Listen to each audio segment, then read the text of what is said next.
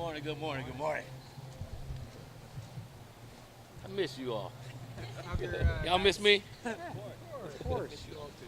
Have you guys reacted the first couple practices? Say it again. Have you guys reacted the first couple practices this week? Good. Yesterday was really, really good. I was happy with the execution in practice yesterday and things that we did, and looking to see if we can be consistent with that today. At what point in the week, when guys are going through concussion protocol, do you have an idea if they're going to make it or not? Whenever the doctors tell us they can, we just practice with the guys we have and prepare them and get ready to roll. And if the doctors tell us other guys are ready to go, we'll fit them in there. If not, we'll keep rolling.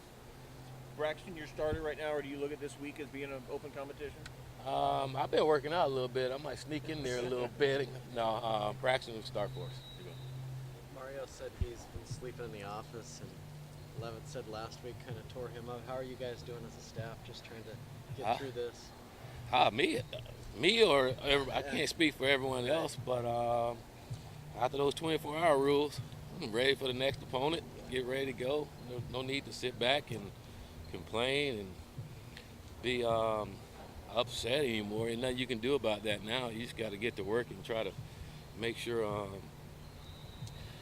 we don't let those things happen again. You should be excited about the opportunity to do that. It's not the end of the world. We're just 4-3. We got 5 games left, and they're 5 winnable games. We got to play better in order to win them, but they're there. So no need to get down and out. Let's wake up excited and go play some football. It's like you can't tailor make the situations in your life. But you can have that attitude to fit those situations that come in your life. So have a great attitude. You get up, you work, and try to make it right. Is there extra work, though, when you're getting a true freshman, ready on the fly to handle what Justin had been preparing for so long? I wouldn't say extra work. You just got to make sure we're doing what's best for him, what he can do for us to help us win. We don't have to reinvent the wheel. We just got to be smart in what we ask him to do and demand that he do what we ask him to do.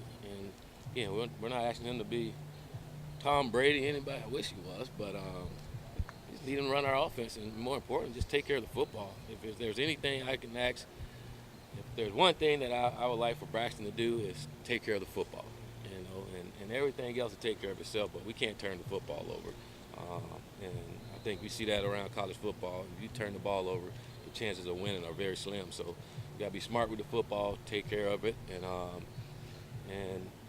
get it to the guys that can make plays for you. Have you guys tried to dial it up to make it a little easier on him, just to maybe flick it out to Charles and things of that nature to get his confidence going? Well, we have things like that. We just got to execute it. He's got to be sure about it, and go where his reads take him, and not overthink anything. It's really simple, but Spotlight does strange things to people, So he's a young guy, and sometimes those things happen, and that's just what you got to deal with sometimes. Again, for me, it's just don't turn it over. We got guys around you that can help us make plays. You look at last week, we were moving the ball and all, and you turn the ball over, that takes away from everything. That lose possessions. So especially when you turn it over on first down. So just don't turn the ball over. Be fine. We talk about the transition from practice to game day and that being a struggle for him. What can you do in practice to maybe better simulate game, or can you? Maybe open up practice and have all the fans come and play some music and make it game-like, Again, it's just Spotlight does strange things to some people. He's a young pup and he's learning, and he'll be better. I got a feeling Braxton's going to have one heck of a game this year. What does it mean for the offense to have a guy like Charles back out there? It's great to have your weapons, a veteran guy that can make plays for you. It's always great to have those guys around, and Charles has a great attitude, and he's been itching to get back out there, and he's been really good with Braxton, and keeping Braxton up and not letting him get down on himself, and that's great to see from one of your elite, one of your seniors, and a guy that's played a lot for us. On the defensive side, there's been a lot of injuries to that inside linebacker core. What have you seen from that group as a whole playing next to Troy Dye? The next guy is just stepping up and helping us out. That's kind of the attitude we got to have. Is the next guy got to step up and play and try to help our football team. I think Jimmy's come in and he's done a good job. Can he be better? Yeah, I think we all can. But that's kind of where we're at. You know, those injuries happen. Somebody else have an opportunity to come out and make a name for themselves. From a player's standpoint, how difficult is it to stay ready despite not getting a lot of snaps the first few weeks of the year? Well, I'm always telling our guys, you got to be ready. You know, you can't sit back and think, oh, well, I'm not going to be able to play. Whatever. You got to prepare every single day like you're a starter. And if you're not getting reps, you get some mental reps, but being locked in for those opportunities. I think what we've been through this season, our guys, if they don't realize it, we got issues, but they see now that those opportunities can come at the blink of an eye. You know, if you're not ready, I tell all of our guys, if you're not ready, that's not on the coach, that's on you.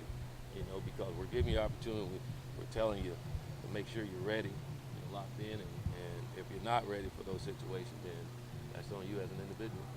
Talking with Tyree, asked him about what it was that Arizona's defense did that made Josh Rosen have such an uncharacteristic night. No touchdown passes, 3 interceptions. He said they disguised well, they had some pressure. Did you see it was one or the other? Did you see it was a balanced effort on Arizona's defense? I think it was, I would say, balance, and it's just one of those bad nights for Josh. You know, that happens. Everybody don't play perfect throughout the year. You have a bad game. Hopefully you have 2 in a row, you know, but he just had a bad game. Kid is special, and he still can throw touchdowns. He still can throw the football, and we just got to do a good job of what we do and do our jobs really well. You know, we got to cover, we got to get pressure on them, and we got to tackle. Capable quarterbacks like him that try to bounce back after a bad night, do you see that what do you see that their reaction is in that following game? Usually they prepare well. The really good ones, they go and find out what they did wrong and do a good job of correcting, making sure they don't make the same mistakes that they did the week before. You know, again, we got to bounce back. We didn't play well defensively, so we got to bounce back and make sure that we're prepared and ready to roll this week. You guys have only forced 1 interception in Pac-12 play. What's going on there?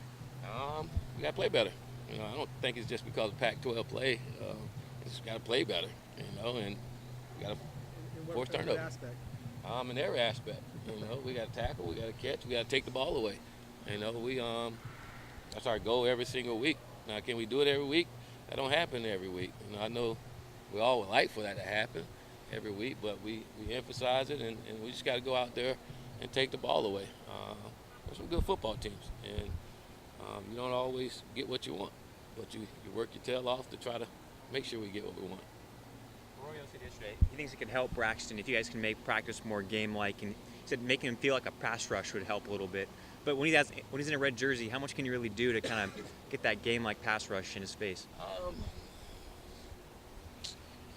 All we could do is do what we've been doing. You know, we have a team period. We don't. I mean, even now we don't do 7-on-7. We have team pass. You know, so he can be good. That's not the issue. It's just making sure he knows where to go with the football, and he's sure about it. And if that guy's not open, and check it down to your back or run it. But whatever you do, don't throw it to the other color jersey. To me, that's pretty simple, you know, and that's what we need to concentrate on, is making sure that Braxton knows exactly where to go with the football and don't turn the ball over. Jimmy Swain last year had a really big year defensively. It's taken him a while to get on the field. Can you kind of take us through the last 9 months for him, and what it's taken for him to reach this role now? Jimmy's been patient. He's been working. Jimmy's had a great attitude, and he's been waiting on this opportunity to get in there. You know, I guess Coach Levin and the defensive staff felt like guys were ahead of him, and the beauty of Jimmy, he didn't complain or whine or put his head down. He just kept working and waited for that opportunity, and I can honestly see him getting better as well, and had a good practice yesterday, and look forward to him having a good one today. Thanks, Coach. All right, have a great day if you want to.